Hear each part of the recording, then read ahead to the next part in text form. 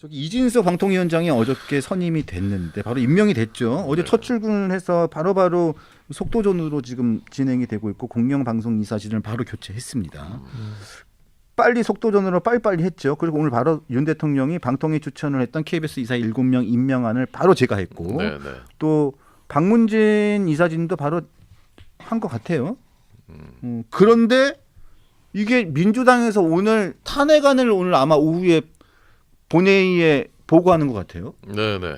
오늘 발의하면 24시간 이제 경과 72시간 이내에 표결하게 돼 있으니까 오늘 이제 보고하면은 또 이번 주 안에 아마 빠르면 이번 주 안에 또 표결하겠네요. 야, 근데 이거 뭘 했다고 탄핵안을 내는 거죠? 그러니까 탄핵은 헌법과 법률의 어제 직무 이사 수행에 임명했잖아요. 있어서 네. 직무 수행에 있어서 헌법과 법률의 위반이어야 되는 거고 네.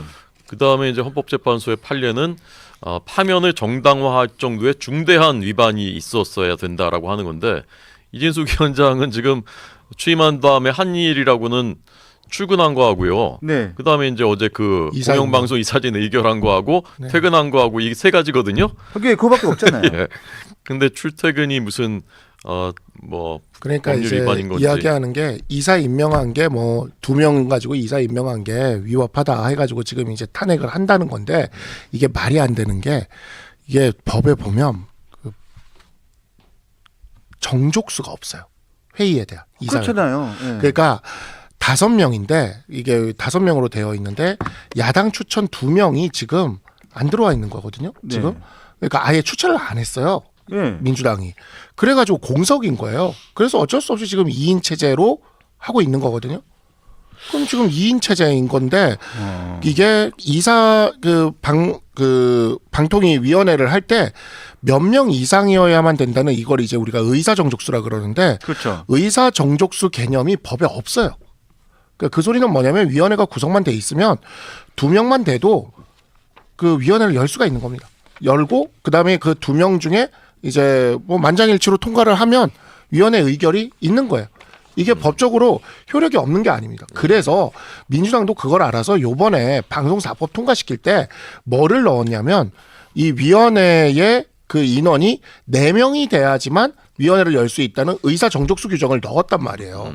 그러니까 자기들도 지금 이 법으로는 효력이 막을 방법이 없다라는 걸 알고 있으니까 법 개정안을 만들어서 지금 통과시켜 놓은 상황인데 근데 둘이서 결의했다고 위법이라고 탄핵을 하면 이거 앞뒤가 안 맞는 소리를 하고 있는 거거든요. 그러니까 아무런 그 법적인 그런 의미가 없는 그러한 탄핵을 단지 직무정지를 시키기 위해서 했다 이렇게 말씀드릴 수밖에 없는 거죠. 그러니까 4명, 그러니까 2명이서 지금 했잖아요. 이거 원래 그럼 계속 해왔던 일이고 지금 네네. 정당한 직무를 한 겁니다. 그렇습니다. 그리고 어제 출근을 해가지고 맞아요. 네. 그냥 정당한 직무를 수행을 했고 그리고 퇴근했어요. 그랬는데 출근을 안 한 게 문제고 출근을 안 했으면 문제가 되고 정당한 직무를 하지 않은 거는 문제가 되죠. 네. 네. 근데 정당한 직무를 했고 출근을 했고 바로 퇴근했어요.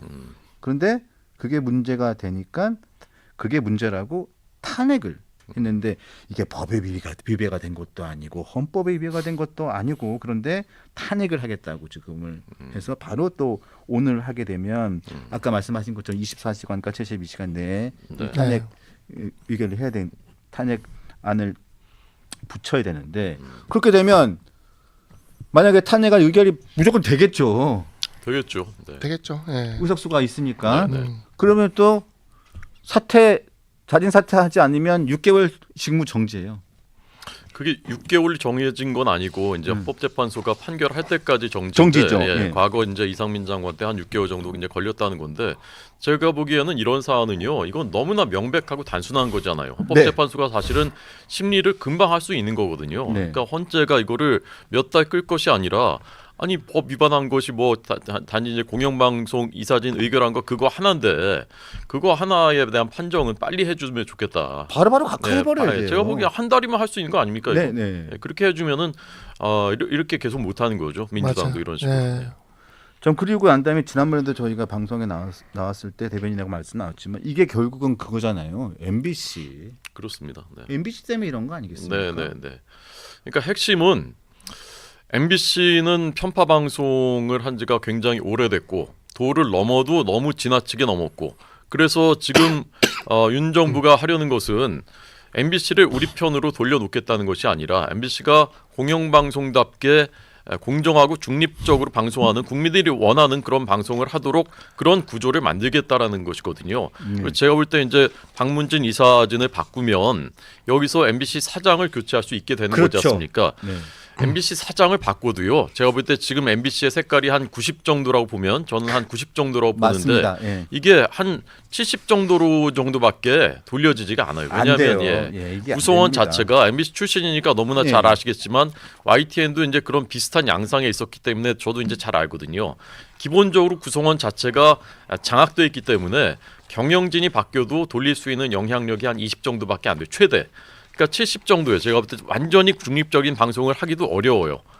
사장을 바꾼다 하더라도. 근데 그 정도라도 해야 되는 거죠. 이거 안 하면은 직무유기예요. 공영방송이기 때문에.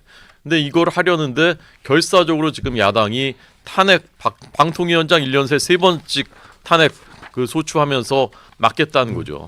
대선 전초전이에요. 이건 이게 공영방송의 공정방송의 의지가 있는 게 아니라 대선을 위해서는 MBC 계속 장악돼 있어야 된다. 우리 편이 돼 있어야 된다. 그런 전초전을 지금 치르고 있는 겁니다. 네.